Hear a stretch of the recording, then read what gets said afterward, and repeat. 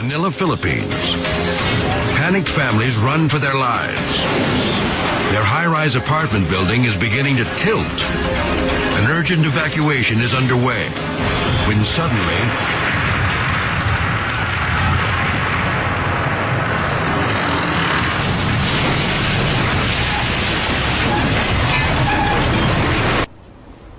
Muito bem, desde o jardim da infância até a minha pós-graduação na COP, na Ilha do Fundão do Rio de Janeiro, eu estudei em escolas públicas. Eu me senti agora no dever de cidadão de poder devolver para a comunidade técnica o que eu aprendi, o que eu vi na minha experiência, pois nesses 44 anos de magistério na Universidade de Brasília e outros 10 na Faculdade de Engenharia e Esplan, e mais perto de 11 mil contratos e obras das quais eu fui responsável da técnica, achei por bem devolver um pouco dessa experiência, esse conhecimento para todos aqueles que pudessem me ouvir. O mais importante deles, o meu mais completo, é esse livro de Engenharia de Fundações, que não está na sua forma final ainda, porque são 800 páginas.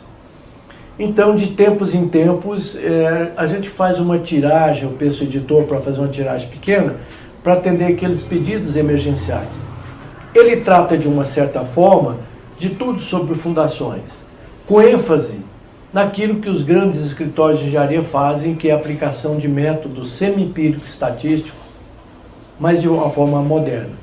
Também o seu capítulo 17, que é muito interessante, tem toda a parte de patologia, recalques admissíveis, fatores de risco e outras novidades que resultado das minhas pesquisas. Em segundo lugar, também publicado pela COP, na época, um livro sobre sondagens. O primeiro livro de fundações, ele está de uma certa forma esgotado. De tempos em tempos, como eu disse, faço uma pequena tiragem. Se alguém, ainda assim, se interessar e fazer parte da nossa lista de pedidos, por gentileza, basta mandar um e-mail para infrasoloengenharia@gmail.com. Ao final eu repito novamente. O segundo livro é Sondagens, que foi na realidade o primeiro livro de sondagem publicado no Brasil, que foi publicado a primeira versão em 1972 na COP. Ele tem praticamente tudo sobre sondagem, todos os tipos de sondagens, os cuidados, prós e contras, e o mais importante, correlações com parâmetros geotécnicos. Se alguém se interessar por esse livro, não está disponível ainda, mas poderá entrar na lista da próxima tiragem. Basta mandar um e-mail para infrasoloengenharia@gmail.com. Atendendo a promessas que eu sei que posso levar mais de 7 meses, eu vou publicar esses livros, são 2. Um de patologia e reforço de fundações e outro de patologia e reforço de estruturas.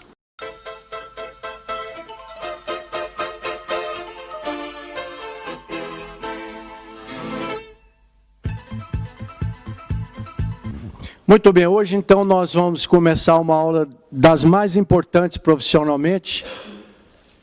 É uma das mais intrigantes da área de patologia, que é a análise, tipologia de trincas. Muito bem. Começamos a dizer algumas verdades e mentiras sobre trincas. Eu só queria dizer a vocês, que serão engenheiros, possivelmente até patologistas, que se atribui muita culpa a trincas. Normalmente elas são menos agressivas e têm menos problema do que se fala, na realidade. Portanto, precisa-se ter um pouco de cautela quando se analisa trincas com relação ao prognóstico e ao diagnóstico dela.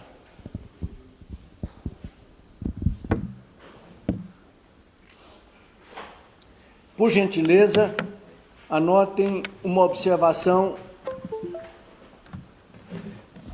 OPI, Observação Profissional, acho que número 14.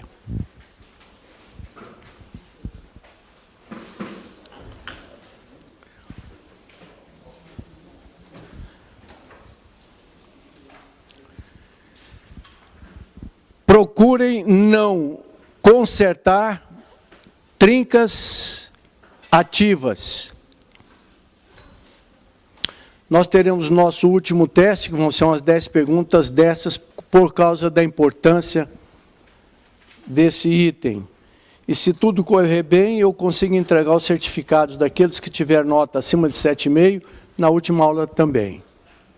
Então, procurem não corrigir trincas ativas. Ou seja, aquelas cuja causa não foi sanada.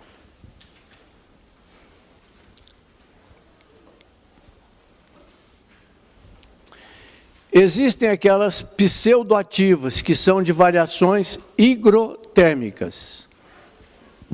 Por isso, quando você for examinar uma trinca, leva um higrômetro e um termômetro junto e anota temperatura e umidade, para ver se ela abre e fecha, abre e fecha. Lembrando que, quando a trinca abre, cai sujeira dentro dela.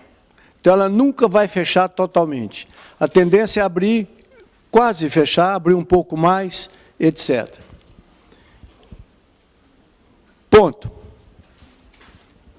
Só existe um processo que eu já examinei e executei, que pode corrigir trincas com eficiência de 90%, que é aquele com tela metálica lá no tijolo. Eu já mostrei isso. Se alguém tiver que consertar uma trinca, é só ligar para mim ou mandar um e-mail para a Infrasolo Engenharia, que sem custo nenhum, a gente manda o manual de recuperação de trincas em alvenarias. Se a trinca for de concreto, aí sim pode usar grampo de aço com resina epóxi. Se for em pilar, pode-se usar fibra de carbono com Kevlar. Eu, pessoalmente, não gosto. Mas a aplicação em pilar, que você embalsama o pilar, ou seja, contorna ele, fornecendo para ele novos estribos, se o problema for estribo, pode resolver. Ou então, o melhor mesmo é estribo metálico com massa epoxídica, ou seja, mistura da resina epóxi com areia de quartzo ou elemento inerte que você compra.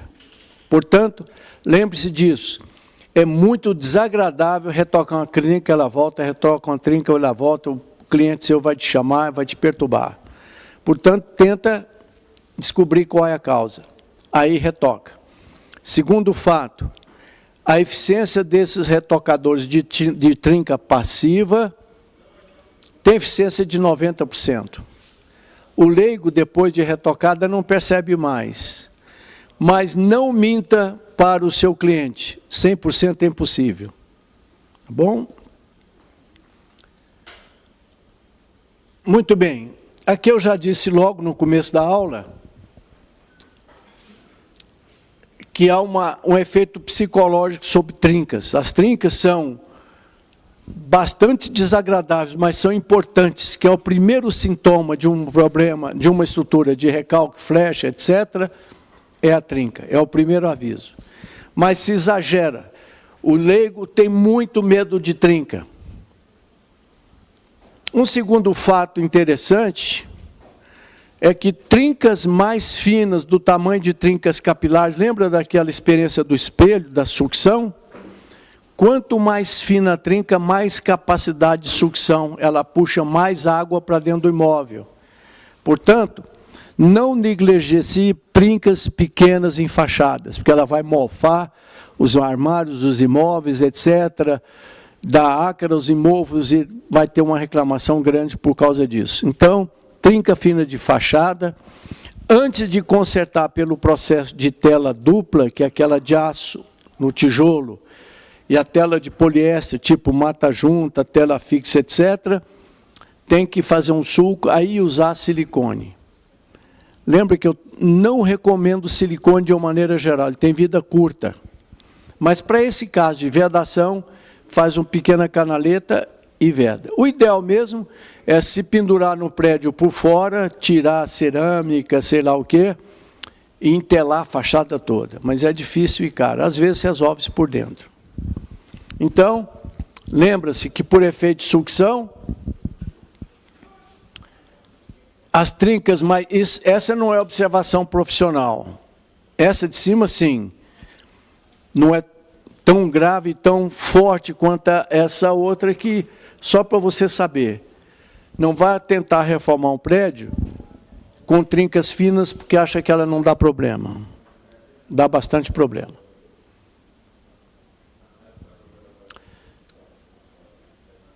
Muito bem. Lembra daquela observação profissional número 2? Alguém se lembra com relação à cura, o que é mesmo? Qual é seu nome? Fernando. Observação profissional 2, muito importante, com relação à cura. O que é? Antes, na concretagem, pouca água. Tecnicamente, o que é pouca água? Fator água-cimento perto de 0,4, 0,3, se conseguir seria ideal, mas vai dar broca, você não consegue vibrar ela bem. 0,4, também é difícil conseguir 0,4. E tem mais, quanto maior o teor de cimento, possibilidade de trinca aumenta. Então, cuidado com o concreto muito fluido, com muito cimento, vai te dar muita trinca. E depois da pega e da cura, qual é o procedimento? Começa da pega com 4 horas, muita água. Mas, de uma maneira geral, olha aí, essas trincas que ocorrem logo após a concretagem não são tão graves. Uma outra pergunta é comum. Doutor, depois que foram compactar ou fazer o asfalto da rua perto da minha casa, ela rachou toda. E qual é o diagnóstico? Nem sempre compactação próximo de casa provoca rachadura, a menos que as fundações da edificação não sejam boas. Só nesse caso. A menos que ela já tenha recalques distorcionais elevados, é a gota d'água e trinca mesmo. Mas, em geral, compactação próximo de residências e tal, prédio não, porque normalmente tem fundações profundas e tal, mesmo em sapato é muito pesado para isso. Mas, em geral, culpa-se compactação, serviço de prefeitura, etc., que, em geral, não. Serviço de CAESB ou companhias de água, em regiões de solos vermelhos, colapsíveis, esse sim, ruptura de duto, derruba muitas residências, muita casa, por efeito de colapso, porque o volume de água que se descarrega é muito grande. Alguma dúvida até aqui? Então, vai apontando essas questõezinhas que vão cair no teste, no próximo teste. Pois não.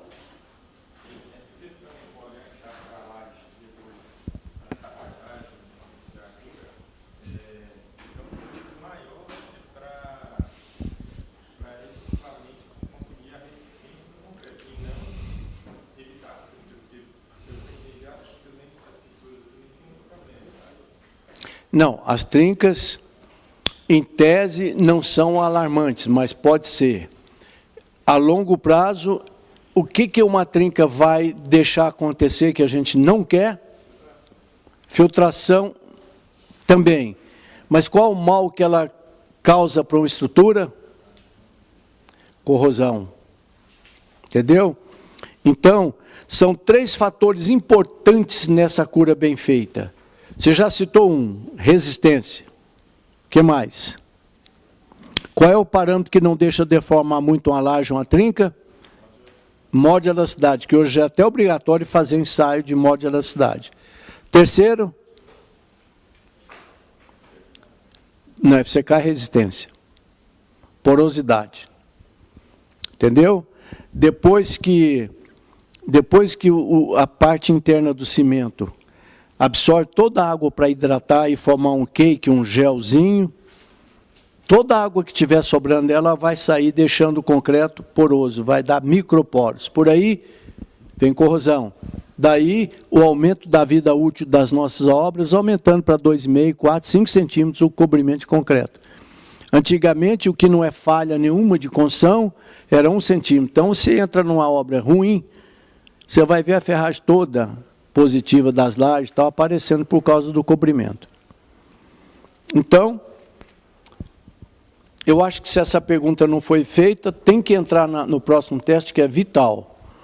Qual o efeito de uma má cura? 3. Porosidade, resistência e elasticidade.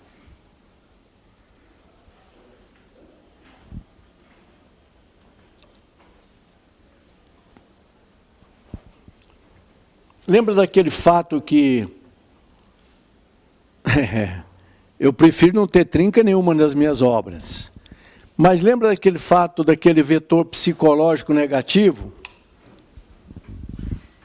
É que a própria norma, a nova norma, já leva em conta, no cálculo antigamente chamado no estádio 3, que agora mudou, mas é muito semelhante, já leva em conta trincas de abertura reduzida.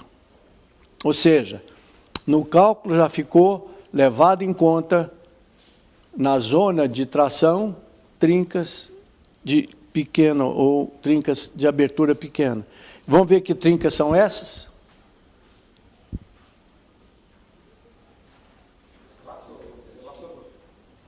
Já passou? Aí. Então, eu só quero que vocês decorem esses 2 números. São limites. Norma brasileira é NB1. De concreto, a antiga NB1, a famosa. 2014. Posso voltar aqui para você ver.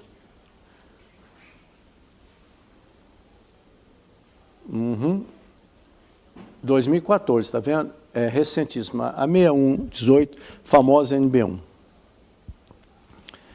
Vou pedir esses 2 dados. O que é uma fissura fina? Menos de 1 milímetro. Eu mostrei naquela aula passada todos os instrumentos, como é que eu posso ler. Tem a reguinha de plástico, comparadora, tem um fissurômetro óptico, que tem uma lentezinha que dá precisão de 1/10 de milímetro. Tem o paquímetro, que eu recomendo o paquímetro digital, que você também lê com muita precisão, porque nem todo mundo sabe ler paquímetro. Também é bom para acompanhar e fazer o mapeamento de fissuras. Então, lembrem-se, essa trinca é até tolerável. 1 milímetro é praticamente um risco de canetinha lapiseira 0,9. 0,9 é porque é 0,9 milímetros. E retração que são inofensivas, até certo ponto. São muito finas e repetitivas, né? Você que está com a mão no queixo, esqueci seu nome. Esse rapaz simpático, Felipe. É Felipe ou Felipe? Felipe. Qual é a característica principal de uma trinca de retração? Que é inofensiva. Não assuste com ela. Todo mundo pensa que é um problemão. Pode vir a ser. Muito bem. E você bate o olho nela. Nós estamos tentando levá-los para ver uma obra da Marinha. Tem todos os problemas ditos nessa aula. É uma tremenda aula. Vamos ver se a gente consegue permissão para isso. Característica. Não, essa trinca aqui é de retração. Pode dormir em paz. Qual é a característica? Vertical. Segunda. Fina. Terceira. Qual a diferença dela para uma trinca de flexão, que pode ser grave, ou de puncionamento? O vizinho. Não passa por baixo nem por cima. Ela fica no meio da alma da viga, porque tem ferro embaixo. Pois não, não esqueçam disso. É o diagnóstico mais simples e que alivia a consciência de todo proprietário. Pois não.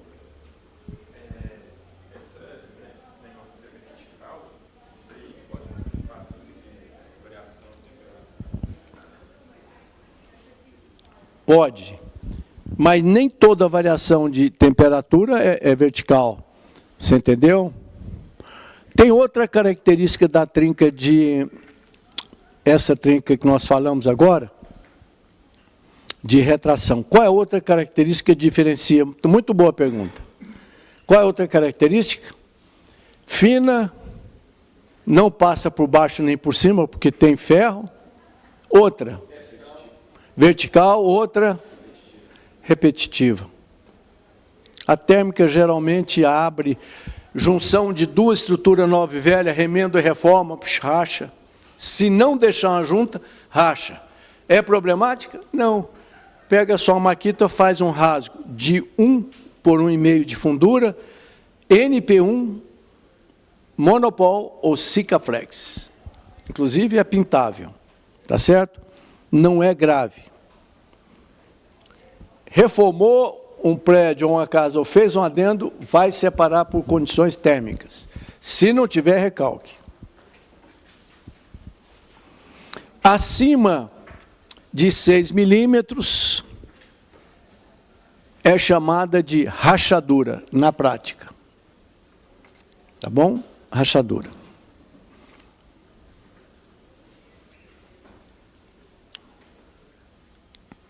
Muito bem, de uma forma geral, está aqui uma trinca recorrente muito comum. O que faltou aí? Ver contra ver. Há uma concentração de tensões nesses furos. Por isso dá essa trinca de falta de verga e contra verga. Eu já falei um OPI, isso já não vou pedir mais, porque já é sabido. Mas, lembra que eu fiz um croquis? Como é que você faz, por exemplo, tem um prédio de 100 janelas, voltar a fazer... Nós vamos ter que... Nós recomendamos naquele caso lá, né? Vamos dar umas 50 janelas, né? Pois é. Uma trinca facilmente evitável e nada de economizar. Verga e contra-verga tem que ser da onde até onde? Pois é, a tradicional verga e contra-verga, que tinha até no manual muito bom chamado Manual Sano, que fazia caixa d'água, ensaio, era muito bom. Ele recomendava 20 centímetros. Quer saber de uma coisa? De pilar a pilar. E, se for o caso, grampeie uma telinha dobrada ou então um vergalhãozinho com epóxi. Esse epóxi pode ser o Sica 51 ou 32, que funciona muito bem. É problemática? Não. Qual é o problema que ela dá? Funcional estético. Vai morfar tudo que tem dentro do quarto, etc. É um problema muito recorrente. Olha aqui. Porque existem estudos feitos pelo IPT e muitas outras pessoas que analisam o estado de tensões em volta de furos em painéis.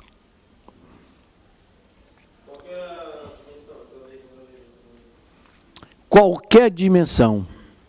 Não é qual é a dimensão. Qualquer dimensão serve. Normalmente se usa a viguetinha pronta, aquelas viguetas pré-moldadas de 10 centímetros, 8 centímetros, 12 centímetros, tudo serve. Põe 2 madeirinhas e concreta. Tijolo, calha, serve também. Tijolão de concreto, calha, põe em ferragemzinha. A IPM 18 recomenda 2 ferros de 10 milímetros. Tá aí. E passando 50 centímetros para cada lado do valão. A norma, isso é suficiente, mas melhor é pilar a pilar. Pedrisco. Isso quando você está reforçando um problema. Você entendeu? Às vezes você está pendurado numa cadeirinha, quebrando por fora meia parede, fazendo raso, colocando a viguetinha. Para o concreto entrar bem, melhor usar pedrisco. Comum, concretinho comum dentro da calha, etc. Enquanto você está fazendo é fácil. Aqui, no caso de paredes, sofre-se, por exemplo, uma pressão qualquer, de viga, etc., surge trincas desse jeito. Aqui esmaga por compressão. O que surge trinca mesmo? Por que surge a trinca? Qual é a tensão? Tração. Efeito, como é que chama esse efeito? Vai ser pedido no próximo teste. Descoberto por um brasileiro. Você concentra a carga num maciço qualquer, trinca sim. Chama-se efeito lobo carneiro. Quando você carrega aqui, gera trincas de tração nessa direção. Muito comum também. Me cita um caso, eu acabei falando agora, quando é que isso acontece, principalmente em parede? Quando a gente apoia em cima dessa parede, o quê? Terça, mas geralmente quem apoia a terça põe uma vigota deitada para distribuir. Hã? Sem a terça. Um caso mais assim, mais poderoso do que Minha Casa Minha Vida, viga atravessando parede. Você faz uma parede num cômodo, encosta na viga, a viga flete, traz o trabalho. Deixa uma folguinha, põe um mastique de meio centímetro antes de encostar. Senão é a mesma chateação. É grave? Geralmente não. Olha aí. Um pedaço do prédio que eu consegui fotografar. Essa é uma situação muito particular de fachadas que sofrem insolação.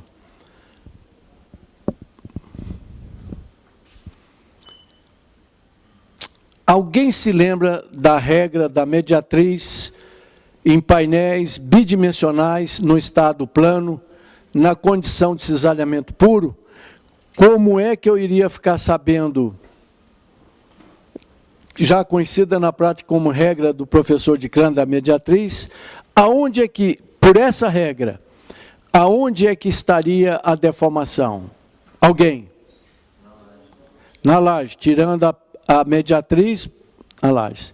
Só que, não fique triste não, se você examinando uma obra e verificar que não tem flecha na laje, ninguém colocou parede nem piano de cauda aqui, dá a trinca que simula aquele fenômeno. Por quê? Exatamente o contrário. Tira a mediatriz, ele te diz, olha, o ponto de movimento está aqui. Dilatou, a fachada estica. Dificílimo de curar.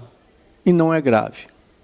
Use a tela dupla e fala para o cliente, olha, infelizmente seu prédio tem uma insolação grande, a menos que num retrofit do prédio se coloque uma fachada afastada de 2, 3 centímetros com pino.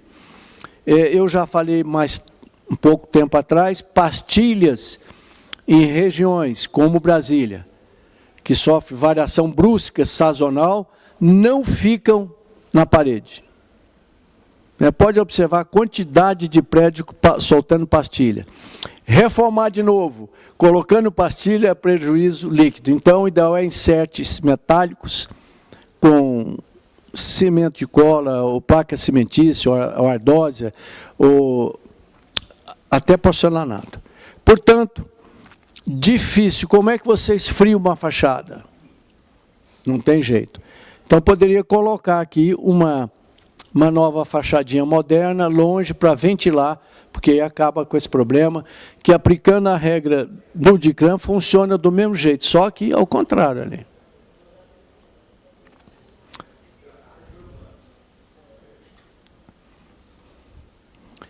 Muito bem. A moça lá de cima, qual é seu nome? Amanda. Amanda. Muito bem, Amanda, você formada daqui 2 meses, vai ser chamada aqui na UNB, essa obra aí, para dar uma olhada, puxa, mas está trincando toda essa parede, parede vertical, trincando toda. O que você acha que é isso daí?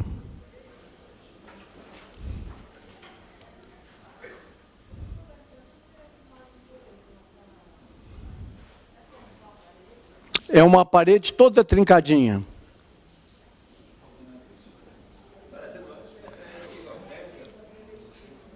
Ela é toda difusa, não tem direção preferencial.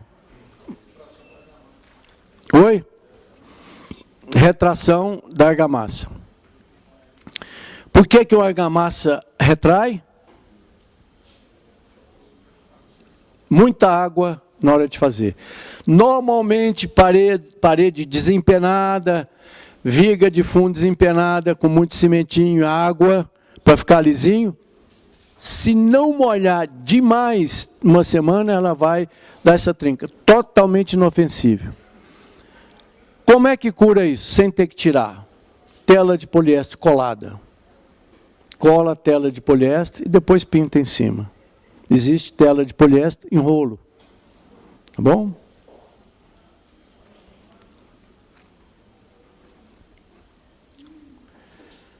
Olha aqui, do mesmo jeito, com excesso de finos, ou seja, arremataram com cimento.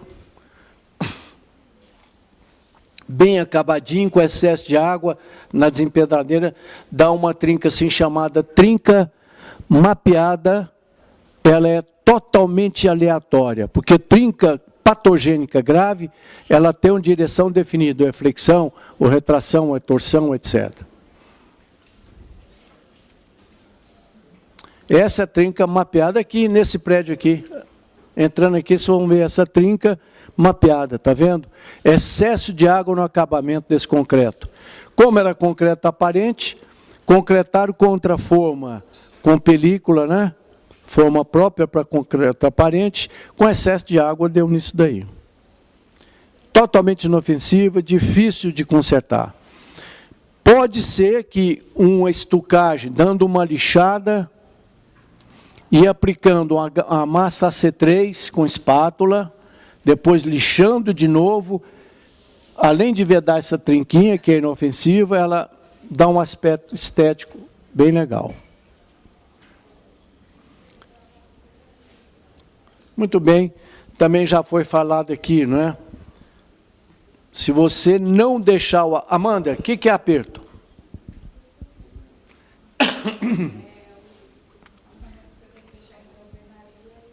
Isso. Se eu perguntasse a rapaziada da escola, todos eles iam saber o que é aperto, mas tudo bem, aperto de prova, que eu ia falar. Se não fizer trinca de retração, é coisa simples. A argamassa retrai, a viga flat, etc. Quanto mais tempo você deixar, menos problema. É grave? Não. Tem aquele aborrecimento de entrar água. Fica mofando tudo.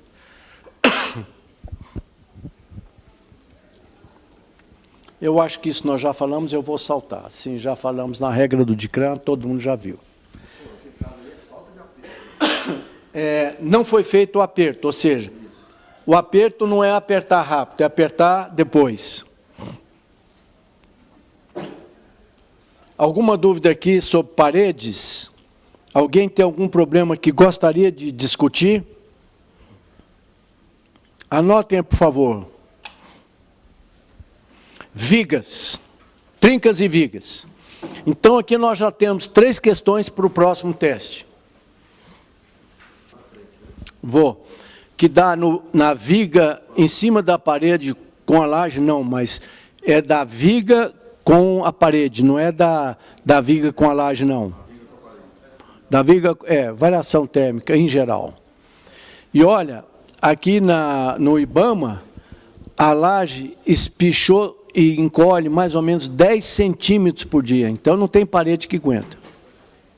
Dá aquela trinca entre a viga e a parede, ou a laje e a parede, se não tiver viga. Geralmente tem. Fora. No meio da parede, se for horizontal, pode ser compressão. No meio da parede, se for inclinada, é flecha ou recalque.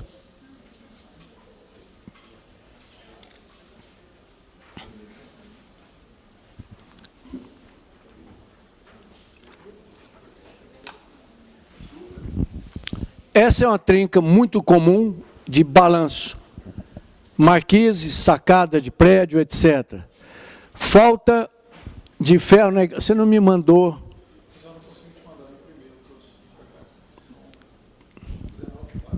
De trincas? Ah, tá. Depois eu vou querer isso daí. Nós já falamos nisso. Essa é uma estrutura crítica. O que é uma estrutura crítica na engenharia? É aquela que desaba sem muitos avisos. Quase todos os desabamentos avisam, só que muito pouca gente percebe os avisos. Kleber, aqui na Avenida W3 em Brasília caíram muitas lajes, muitas marquises. Até a última aqui na Zanotti, que matou 2 rapazes numa padaria, que ela torceu e esmagou o pessoal que estava no balcão da padaria esperando passar a chuva. Olhando por baixo, qual é o sintoma que uma laje ou uma marquise tem, ou uma sacada que está mal? Estou passando aqui, eu já ando olhando para cima aqui na W3. Tem um problema ali, eu já desvio. Primeiro, desnivelada. Alguém se lembra? Se não se lembra, é mais uma questão interessante para o próximo teste. Qual é a tolerância de recalque distorcional quando é balanço? 1 para 300. Numa marquise de 3 metros, 1 centímetro, tudo bem. Não quer dizer que ela vai cair com 2, mas em 1 centímetro é recomendável. E numa viga biapoiada simples, qual é a deformação, flecha distorcional admissível? Mais, 1 para 600. 1 para 300 é muito ruim, mas às vezes é até tolerável. Mas está tudo trincado em cima. Muito bem. Kleber, além do abaixamento. Ela começa... Isso daí. Coisa da compressão ali naquela... no cantinho de baixo, né? E aí eu tenho a questão também da intempéries, ela começa quando o concreto começa a perder o sais, como é que chama? Eflorescência. Não, geralmente ela está pintada. Mas olhando para essa marquise, eu olho para aqui e falo, puxa, o que que acontece? Alguém? Mas a compressão... Oi? Também pode haver, mas é um caso já muito em cima do desabamento. Para chegar a comprimir, e como você disse, esfarelar é compressão mesmo, só que já é ruptura. E só acontece quando o ferro está ruim, porque senão o ferro não deixa comprimir. Lembra que a gente calculou uma viga superarmada? Ela não deixa comprimir, porque ela teria que deformar um pouco. Qual é mesmo sintoma bobo? Mancha ferruginosa. Olhou para cima, está manchado. Porque normalmente vaso, infiltração, está tudo ruim, né, cheio de bolha e tal, mas cor de ferrugem, pode olhar em cima. Tá? Então, é uma das vigas traiçoeiras. Lembram-se que eu não tenho nenhuma relação com nada de sobrenatural, mas todo o desabamento que eu estudei avisou 3 vezes, 3 estalos. O primeiro, eu acho, relatado por pessoas que estavam lá, a parede, por ser mais rígida, gesso, etc., é o primeiro estalo. O pior é que o usuário sabe que aquele não é um estalo bobo, que não é bombinha de menino, nem nada não, sabe que é um negócio grave. Segundo estalo, da parede passa para a viga, o concreto racha, trinca, dá o segundo estalo um pouco diferente. Nessa altura já aconteceram outros problemas, trinquinho de parede, aquele problema de porta, a maioria dos moradores sai do prédio. E o terceiro estalo é ferragem, aí é desabamento mesmo. É interessante que, conversando com quem já sentiu esse drama, quebra um ferro aqui embaixo, reflete lá no último apartamento, no 10º andar. Ele ressona pela estrutura. Quem já ouviu romper a barra de aço? Dá um estalão aqui no laboratório, né? Aquilo ressona pela estrutura, todo mundo acorda, sai correndo, se der tempo. Porque se uma viga tem 6 ferros, começa a quebrar o primeiro, que já estava fraco, com 6... quebra o outro, fica fraco com 4, 3, vai embora. Essa ressonância aí, ela não perde a aderência do concreto com o aço, não, em outros locais, não? Geralmente ela não escorrega, ele rompe mesmo. Tem um microscópiozinho, meio... que faz? Não, ele não chega a ser uma onda de choque. né? Porque poderia ser um tipo de onda de choque de moléculas que ia lá, arrebentava o ferro lá. Não. É local. Também estou te falando sem fazer uma análise dinâmica disso aí e tal, mas acredito que não. Muito bem. Vigas, essa é outra pergunta. Qual é a característica das trincas da viga com armação deficitária? Uma armação deficitária. Eventualmente elas passam para baixo, mas em cima do apoio, por causa do cortante e a tensão cisalhante que reina aqui, elas inclinam a mais ou menos 45 graus, vão ficando cada vez mais em pé.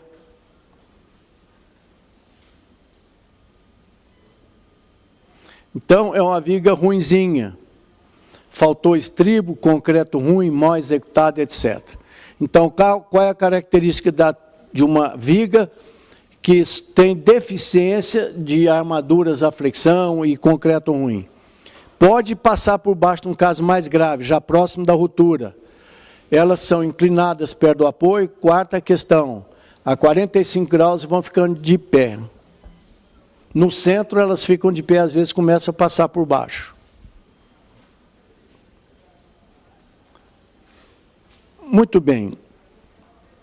Eu não sei se está aí, também não vou perguntar, que é muito detalhe, mas em vigas altas, relação largura-altura alta, aquela trinca de 45 graus, ela fica um pouco mais em pé, vai até 60 graus por ali, por causa do estado de tensões cisalhantes. O cortante gera um cisalhamento que levanta a inclinação dessa trinca. Portanto, numa viga alta, vocês vão ter uma trinca inclinada a 60 graus, que não é outra causa, é a mesma. Falta de ferro. Flexão. Momento é máximo. O que o momento faz? Gera tração. Lembram? Momento não trinca nada. Momento é força. O que trinca é tensão. O momento gera... Se você aplicar um momento numa peça,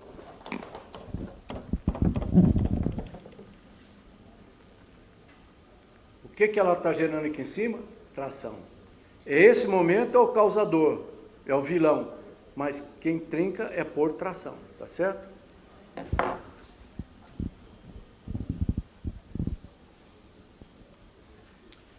Muito bem. Excesso de sobrecarga na viga, ou seja, o cálculo não previu uma sobrecarga desse tamanho, ou alterar o projeto, ou sobrecarregar uma laje. Lembram-se, quando eu aplico uma carga em cima de uma peça, cria-se dentro do concreto uma zona chamada biela de compressão. Nos blocos de fundações que são altos, nós sempre procuramos projetá-los com biela de compressão. Fica muito alto. Por quê? Só vem compressão e não deforma. Lembra do caso de Belo Horizonte, o desabamento? Bloco. Bloco baixo. Então, o caso mais característico é o bloco de coroamento de fundações. Não confundir bloco de coroamento de fundações com bloco de fundações. Tem um bloco de fundações que ele é alto e rígido. Então, quando eu tenho uma peça alta, forma dentro do próprio bloco, como se fosse uma treliça de aço, duas bielas de compressão. Oficialmente, quais seriam as únicas ferragens que eu precisaria nesse bloco alto? Alguém pode me sugerir?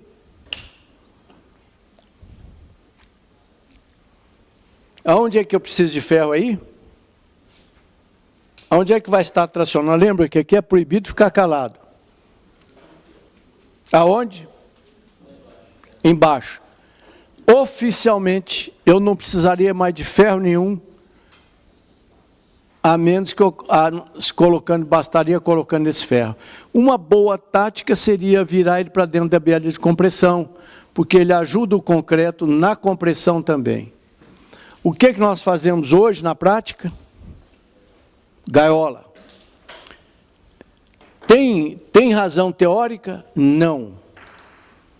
Mas é muito recomendável fazer a gaiola, porque, pelo menos no meu caso, 68% das obras que eu já fiz tinha erro de locação.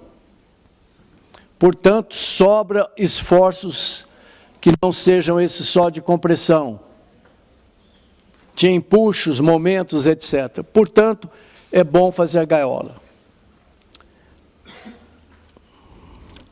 Também é possível economizar blocos sobre uma fundação única, principalmente tubulões, estaca-hélice, que é parruda, que vai receber aqui uma carga concentrada, para economizar um bloco. Então, arma-se a cabeça desse tubulão, ou estaca, raiz, etc., como se fosse bloco. Também não recomendo. Também não recomendo eliminar cintas, porque senão gera um pórtico muito grande, qualquer problema, porque o solo só começa a segurar uma estaca contra a flambagem com SPT acima de 4 ou 6. Ela começa a segurar. Portanto, a partir disso a gente não coloca ferro, a menos que seja cargas de torção, etc. Então, se arma esse bloco, uma carga concentrada vai gerar que tipo de trinca aí na cabeça?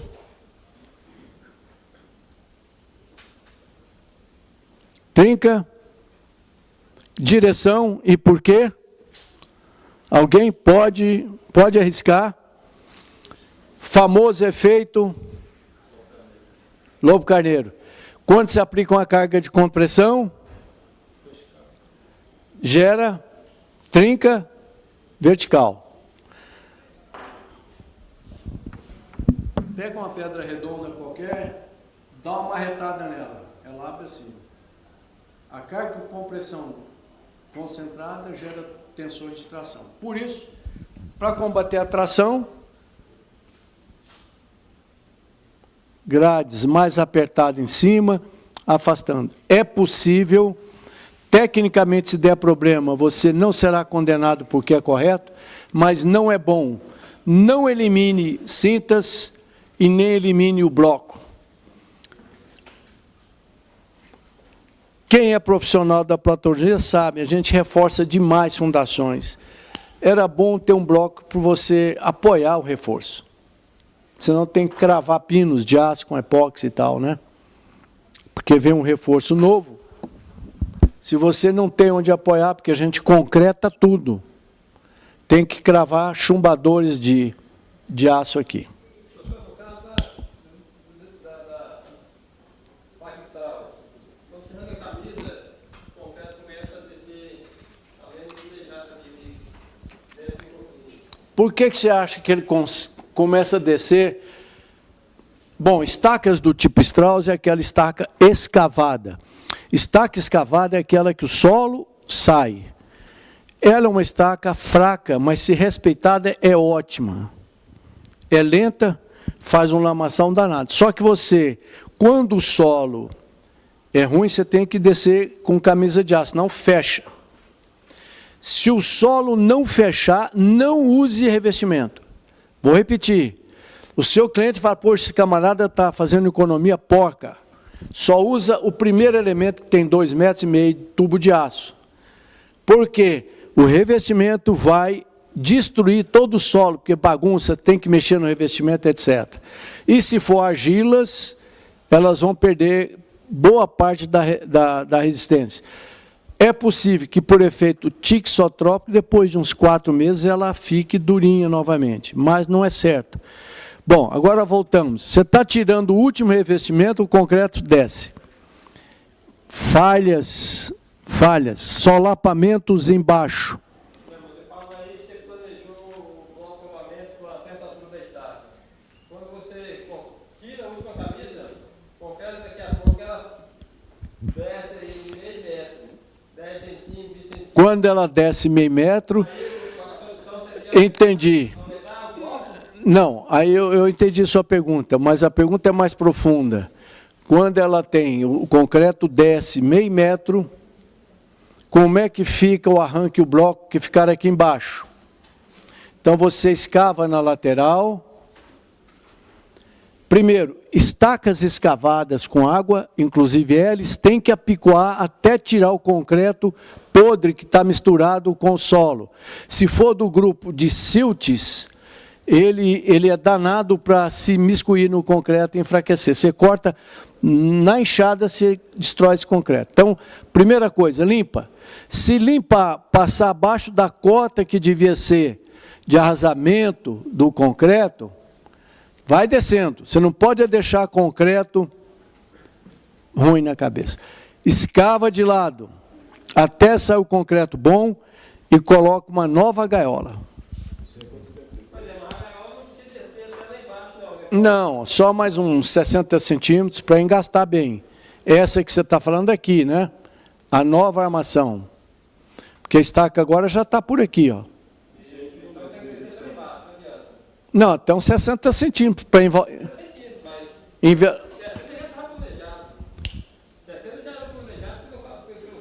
Mas o concreto desceu, você tem que descer ela, porque ela tem que envelopar.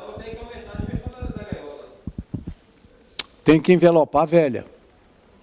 Qual era a dúvida? Essa limpeza do concreto, você faz quanto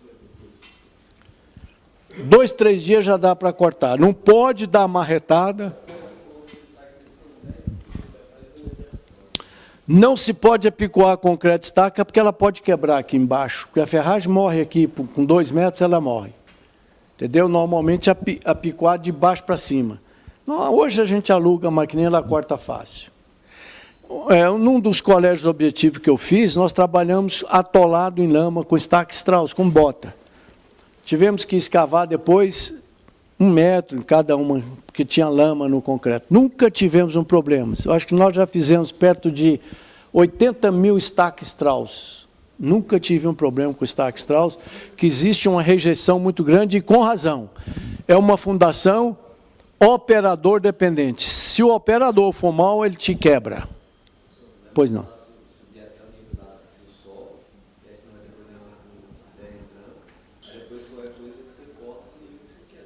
Mas ele falou que o concreto desceu porque houve um solapamento. Tomara que não tenha estrangulado a estaca. E quando você tira a camisa, então você tira a última camisa. Quando você tirou a camisa... O concreto desce, às vezes. Entendeu? Nem sempre, mas às vezes. Agora tem muita lama. Você faz 2, 3 estacas por dia. Então, pré-moldado você faz 10, 15, uma hélice 20. Tem esses problemas. Mas olha, banana é banana, laranja é laranja. Respeitou uns 2 prédios abaixo do Conf, de 6 andares, num terreno ruim, 35 metros de profundidade, fizemos com estaca Strauss. Hoje eu não faria mais. Eu entraria com as máquinas de hélice, resolve melhor. Mas nunca tivemos um problema. Mais alguma dúvida? Então, sobrecarga não prevista. Pode aparecer as trincas aqui, como eu falei, inclinadas em direção ao apoio e vertical. E isso é uma pergunta de teste, que isso é muito importante para reconhecer. Quando tem 2 apoios, aparece a mesma trinca, só que é falta de negativo. Ou negativo curto. Relativamente fácil de resolver.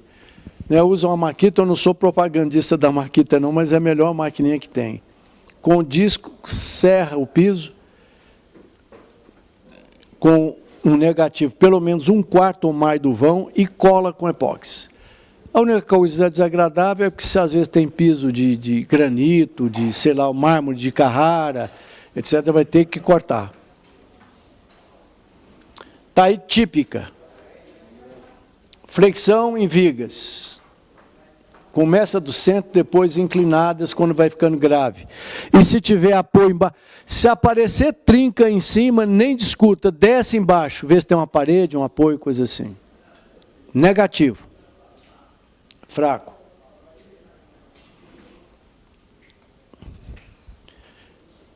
Letícia, deu uma trinca aqui, ó. Bzz, tá. Qual é esse problema?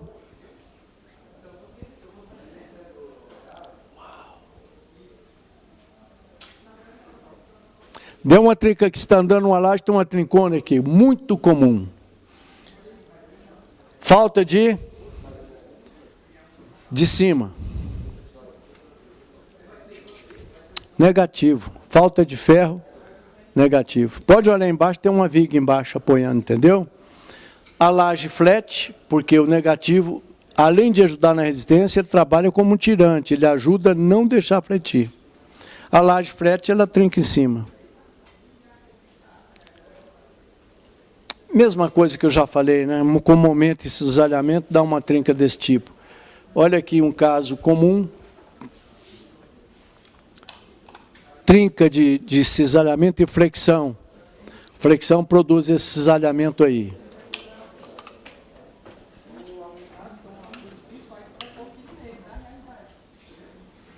Aqui foi preciso escorar, porque quando chega a esse nível, 0,8, 1,2 milímetros, a ferragem já estriccionou. Teve que escorar e reforçar com resina epóxi.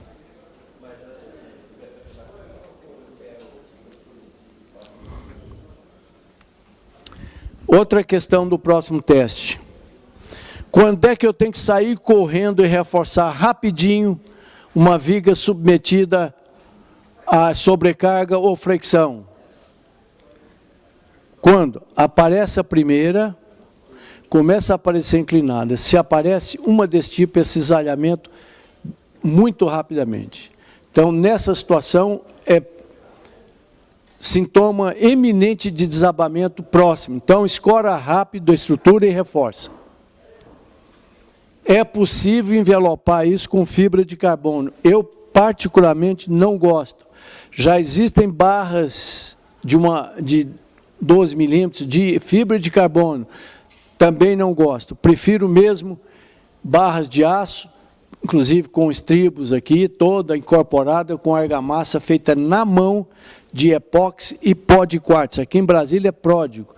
O nosso quartzito é maravilhoso para isso. Olha a mesma trinca. Falta de ferragem adequada e de estribo, etc., numa viga experimental aqui.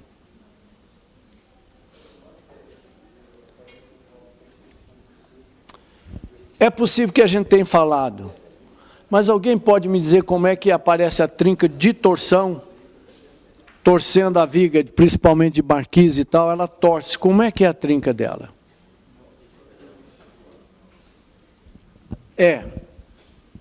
Ela é assim, só que de um lado, ela é assim, do outro lado, ela é cruzada. Entendeu? Então, desse lado de cá, ela tem essa direção, do lado de lá, ela é o contrário. Entendeu? Tensão cisalhante, normalmente o próximo de 45 graus. Essa aí já sabe, né? Essa é uma outra trinca interessante, não sei se dá para ver aí por causa da iluminação. É uma trinca serrilhada. Isso significa uma trinca de torção. Então, você tem uma viga, como aquela ali, e tem uma trinquinha serrilhada. Pode observar que o problema, se caso for recalque, não é só aqui não. É na obra de lá, ou na parede perpendicular a essa. Ela está torcendo. Por isso, essa trinquinha serrilhada. A trinca, pode anotar também, que é uma questão interessante do próximo teste, a sexta. Trinca serrilhada indica que existe recalque não só no plano da parede, mas a 90 graus ou próximo. Pode procurar que tem alguma coisa afundando ali de lado. Ela está torcendo a parede ou a viga. Trinca serrilhada.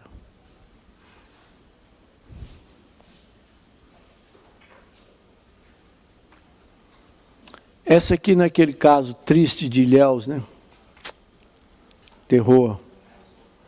camarada fez um prédio de luxo de 10 andares, em cima de um solo ruim, tinha de sapatas na praia, lençol freático a 80 centímetros, em cima de uma camadazinha, areia com argila de 8, SPT, depois caiu para 4.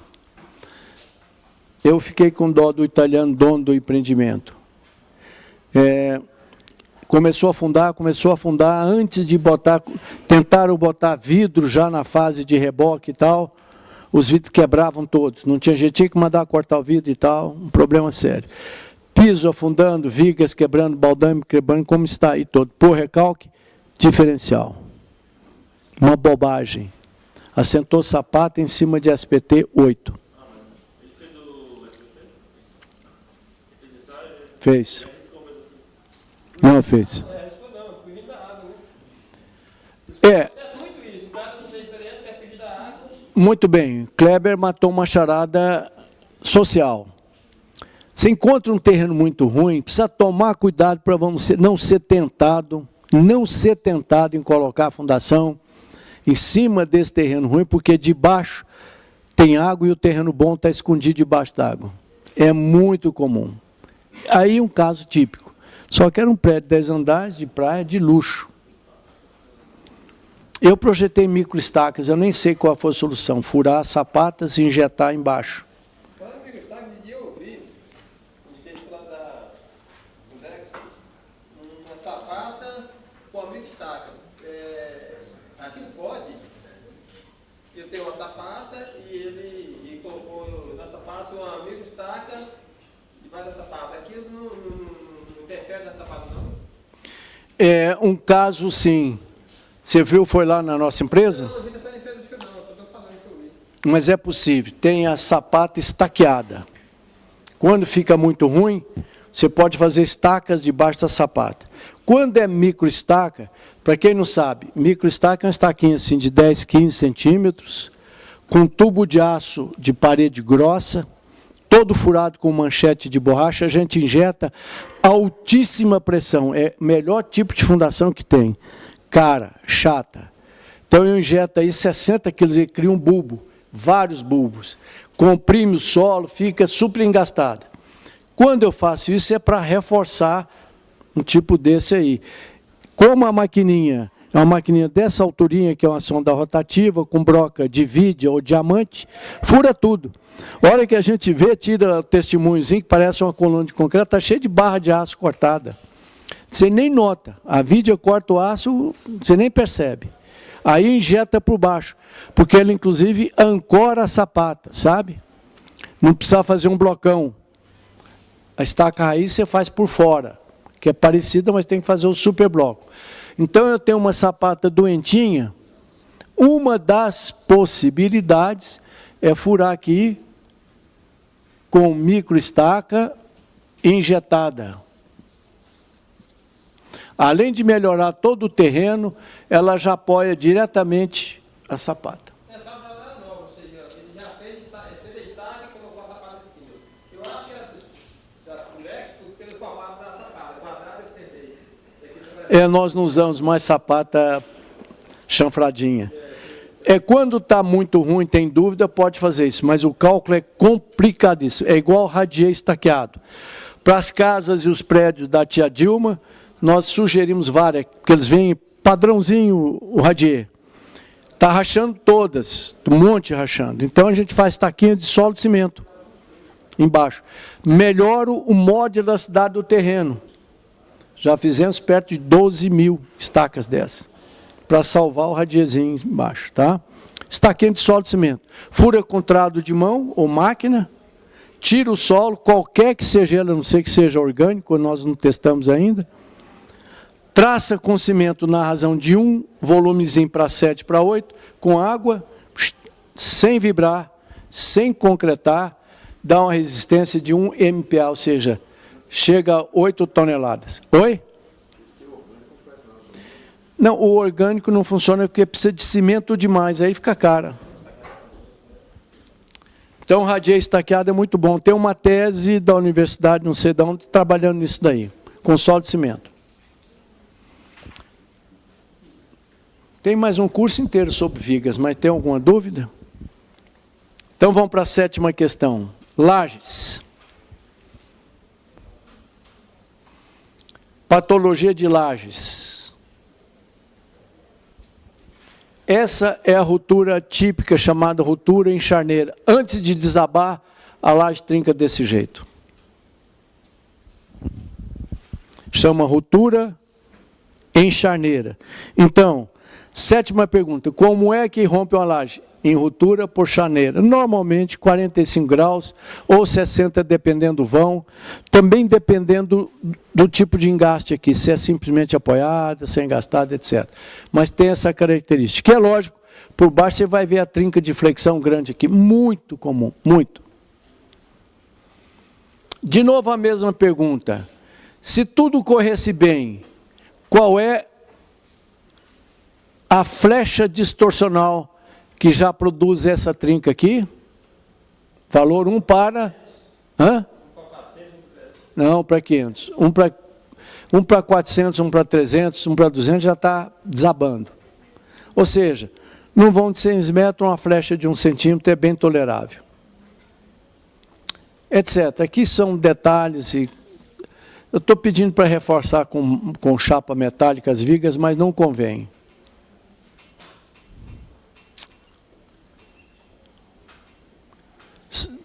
É tudo que a gente já falou aí, ou seja,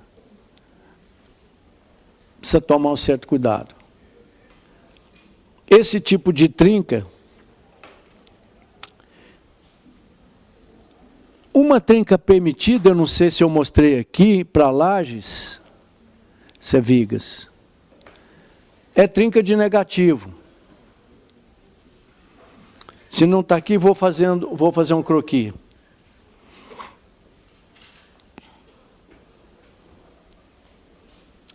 Na próxima aula, nós veremos como reforçar estruturas de concreto com problemas e como reforçar a parte de aço, ou seja, patologias da estrutura com problemas na armadura de aço. Tem uma trinca também muito comum, que é de falta de negativo. Mais comum ainda, quando é trinca de borda,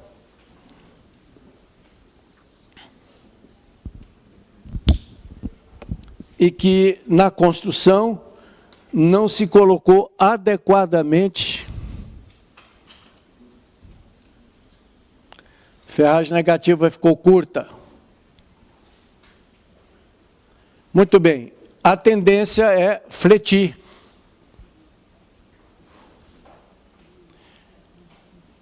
Quando ela flete, vai aparecer imediatamente a trinca aqui em cima, depois lá no meio do vão, trinca aqui embaixo, aonde termina o negativo. Costuma não ser letal, ela só flete muito e avisa muito antes de desabar. Portanto, a trinca por falta de negativo ou negativo curto acontece mais ou menos aonde terminou o negativo. 7ª questão.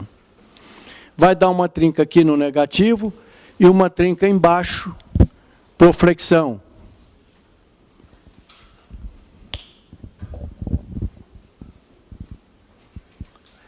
Eu vou perguntar a Lorena, mas é para a vizinha da Lorena. Qual é o seu nome que eu esqueço? Hã? Emanuela, tem 5 tipos... Calma. 5 tipos de armação numa estrutura. Quais são?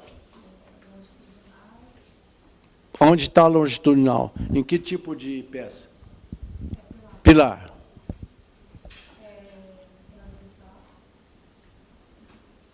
Você acabou de dar um nome agora novo para uma ferragem. Como é que chama? É transversal? Estribos. Você pensa que não, o pessoal quase não liga para estribo, mas é grave a falta de estribo. Outra. Na viga, o estribo combate flexão, cisalhamento, punção, junto com as outras. E a outra? É, ela. Puxa.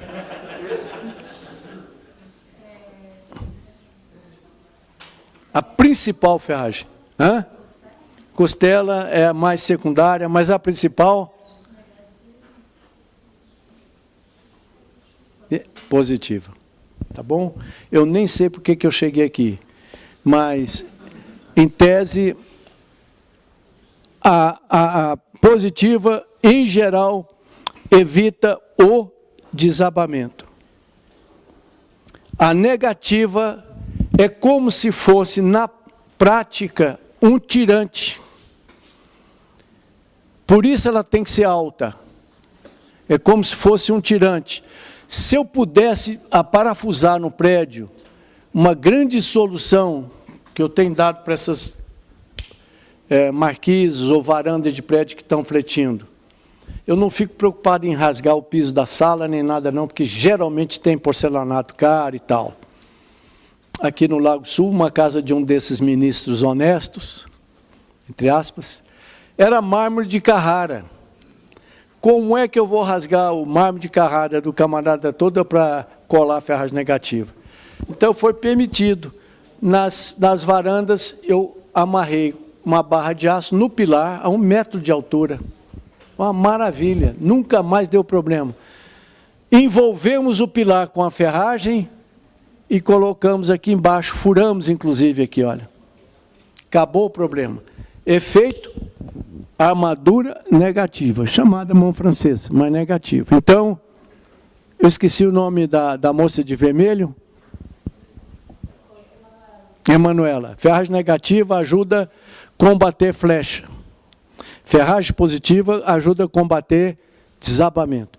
As duas juntas combatem tudo isso daí, mais estriba, etc. Entendeu? Agora vamos ao pitbull para encerrar. Qual a estrutura mais crítica de todas elas? Mais do que laje, mais do que viga, que nós já falamos. Qual delas é? Pilares. Saibam, pode anotar, isso não é OPI. Em geral, pode anotar.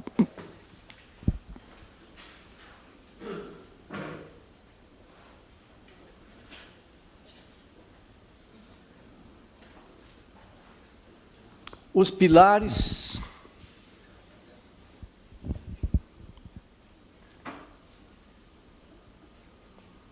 são dimensionados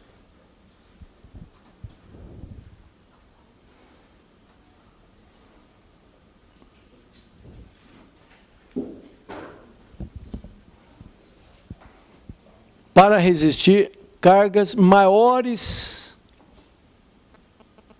do que as solicitantes. Como o pilar é crítico, tem 3 ou 4, 2 trincas só que se permite empilar, as outras são muito. É um câncer com uma tremenda metástase, muito perigoso. Rompe rápido, avisa pouco. Então, eles normalmente, por nossa sorte, são dimensionados com capacidade maior do que eles são realmente previstos. Então, olha aqui uma ruptura de um prédio de 20 andares. Essa ruptura é chamada popularmente de ruptura por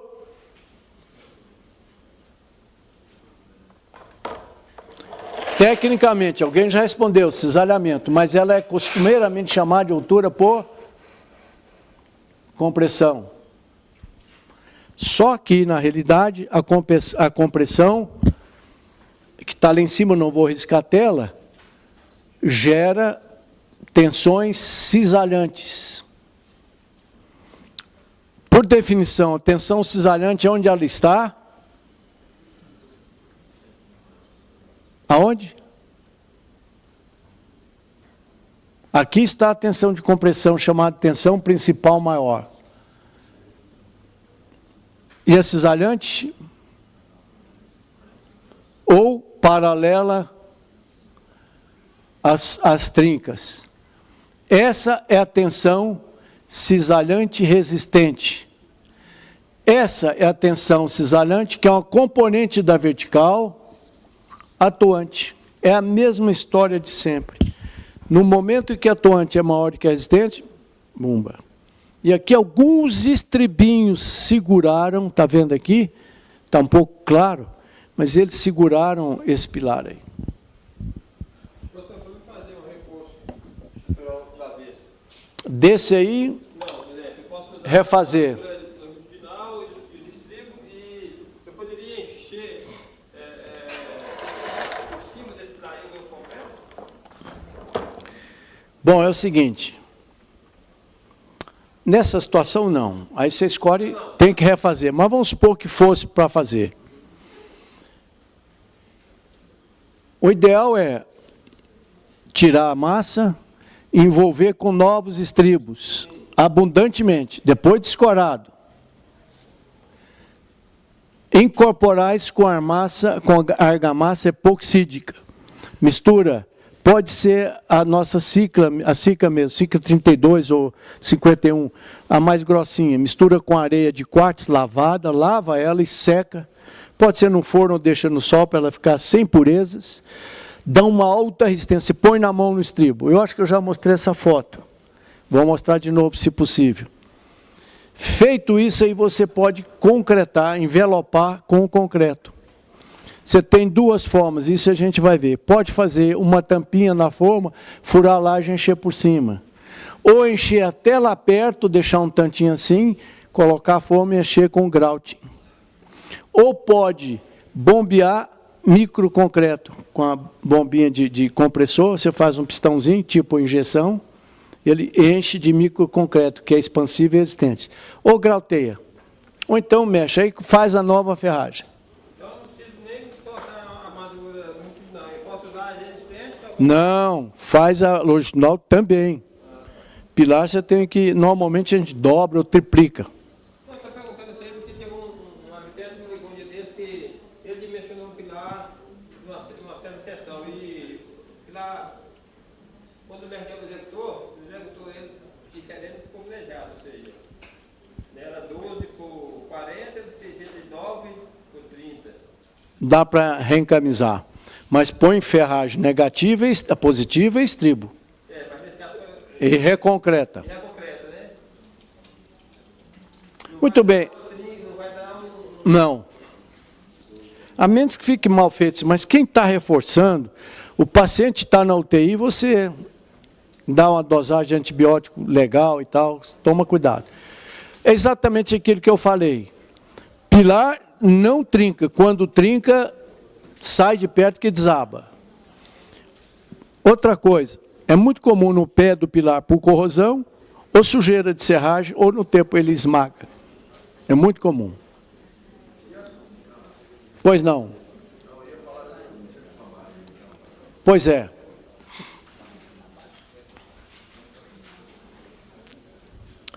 Queria perguntar uma coisa. Eu acho que todo mundo já sabe. Eu tenho um pilar, tem uma carga concentrada aqui em cima. Vai dar esse tipo de trinca. Por que a trinca é vertical se a carga é de compressão aqui em cima? Efeito lobo carneiro. Em geral, faltou o quê? Estribo. Como eu tenho uma viga em cima? Outra pergunta. Por que a trinca letal em pilares por compressão, geralmente, não é vertical, é inclinada de 45 graus. Então, poxa, devia ser vertical, mas ela inclina. Simples, bom, resposta, porque tem vigas em cima e embaixo que não deixam acontecer isso, ou seja, elas vêm para cá como se fosse o rompimento de corpo de prova. O corpo de prova rompe assim porque tem prato da balança em cima e prato da balança embaixo. Se fosse livre, ele romperia assim. Então, por que trinca em pilar não é vertical como devia e como nasceu? Inclina. Por causa do atrito entre a viga e o pilar ou prato de prensa no corpo de prova. Trincas muitíssimo perigosas. Essa em pilar esbelto ele faz isso também por aquele mesmo efeito. Esse de flambagem é muito grave. Lembra que eu fui para Florianópolis, decidi com o juiz lá se levantava o prédio, se demolia o prédio, ou se deixava como estava inclinadinho, e 26 centímetros, torto, e se fazia um retrofit, arrumava e tal. Retrofit passa pelo enchimento de piso, com argila expandida, isopor, né? Fica tudo fora de prumo, piscina, entorta, etc. Muito bem. Quando um prédio inclina, qual é o primeiro sintoma que ele está muito ruim? Olhando para o pilar. Alguém pode me ajudar?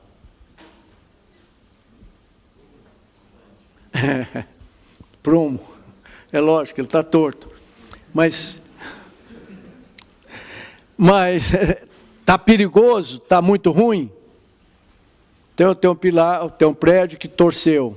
Recalque distorcional pesado aqui. Eu dou uma examinada logo, além das trincas de parede e tal, pilares. Se ele estiver muito ruim, o que acontece? Mais ou menos isso, trinca no meio. Além de flambar, etc. Trinca no meio, ou seja, ele estica a ferragem aqui, a ferragem dilata, ou seja, estica e joga o recobrimento para fora. Então, você entrou no pilar, ele está com a metade. Aqui, aquela cobertura do colégio, aqui perto do Dom Bosco, desceu a estrutura toda, puxou os pilares. Já tem marca de alguns que estavam aparecendo a ferragem. Aquele prédio de 23 andares da Encol em Goiânia, também a ferragem estava toda exposta. Se bem que um colega nosso abaixou o lado bom numa técnica fantástica. Tá? Ele reforçou o lado ruim, para o prédio parar de inclinar, e refez um reforço com mais ou menos 20 centímetros de folga do lado bom. Em vez de levantar o ruim, ele encheu de areia e sobrecarregou o lado bom, injetou água, fez um monte de sobrecarga com areia nos andares, e à medida que o prédio ia voltando para o lugar, ele ia tirando a areia, até do lado bom, até encostar no bloco novo, ficou legal. Mas o prédio já tinha todo esse sintoma perigoso de trincas por flambagem aqui, olha. E quando acontece isso, o ferro longitudinal estica, joga o concreto para fora. E o prédio lá não tinha nenhum sintoma, mas se resolveu não levantar o prédio.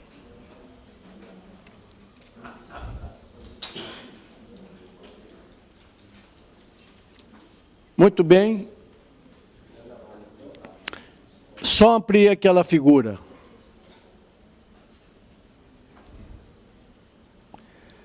Falta de atrito em cima. Então, por que ela sai dessa posição?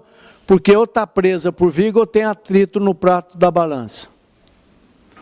Essas fissuras são perigosíssimas. Estavam lá.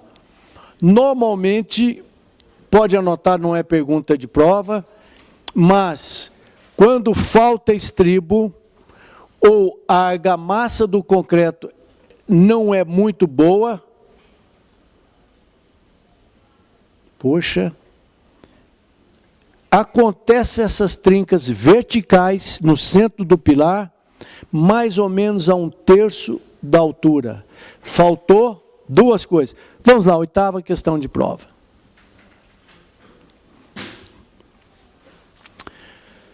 Qual é a razão pela qual aparecem trincas mais ou menos verticais, mais ou menos a 1/3 da altura do pilar? Duas causas. A primeira eu já falei, qual é?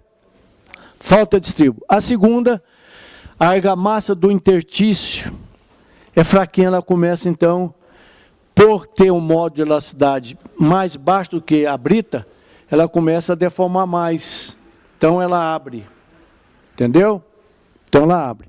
Portanto, essa trinca, em geral, a causa é essa, falta de estribo ou argamassa ruim. Você nota, escarificando, você nota que a argamassa é fraca. Traço de areia, etc., não ficou bom. Etc., olha aqui a situação desse pilar salvo. Será que você tira a iluminação temporariamente, Tamar, para a gente ver essa figura?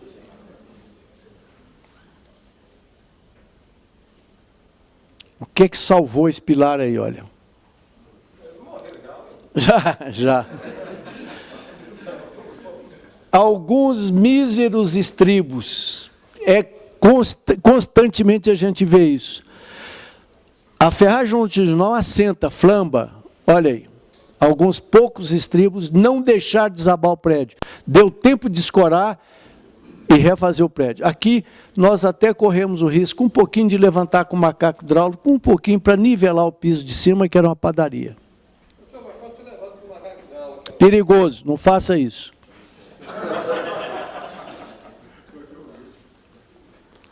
Entendeu? Não, pelo contrário, ele devia sofrer um alívio, porque ele está com excesso de carga, flambou, né? Talvez ainda não, mas não conto com ele mais, você entendeu? Vou ter nova ferragem, novos estribos, etc. Nem vou demolir esse pedaço, vou envelopar ele. Quando o arquiteto diz, olha, não aumenta não, que é pilar de garagem e tal, epóxi eu faço canaletas com rebarbador alugado, só que eles não vendem canaleta. O que a gente faz? Pega uma cantoneirinha, compra a cantoneira de meia polegar, uma, chanfra ela, esmerila, e ela faz um rasguinho para encaixar a ferragem lá dentro, por trás do estribo original. Cola com epóxi, põe a ferragem em volta, sobe 2 centímetros, o arquiteto fica feliz. E a gente triste, porque não envelopou ele direito. Olha aí. Porque essas vigonas de aço fletiram. Está muito baixo. Puxaram o pilar. Ainda nada grave, deu para recuperar. Eu já fiz essa pergunta. Banco do Brasil, Porto Alegre. Qual é o grande problema desse pilar esbelto nessa altura? Lógico, super armado poderia ter. Ele quebraria por flambagem, eventualmente? Aonde está sofrendo mais? Vamos supor que eu fosse Sansão, viesse aqui, ele ia quebrar por flambagem? Eu sou forte, mas nem tanto. Quebraria na cabeça lá em cima. O momento fletor seria muito grande lá em cima. Então ele começaria a quebrar aqui nesse engaste, que é o grande perigo desse pilar. Se ele der uma flambagem, ele puxa, ele torce, ou seja, o momento fletor gera uma torção nos apoios. Foi bem calculado que está aí há muitos anos, não teve problema nenhum. Esse engaiolamento, né, concreto muito seco, brita mal, excesso de ferro, pouco espaçamento, concretou pilar, a metade ficou fora. Isso aqui, testes na UNB, bem interessante, recomendo vocês irem no laboratório ver isso. Etc. Deixa eu ver se tem alguma coisa aqui muito importante. Não, tudo bem. Deixa eu ver quantas horas eu ainda tenho.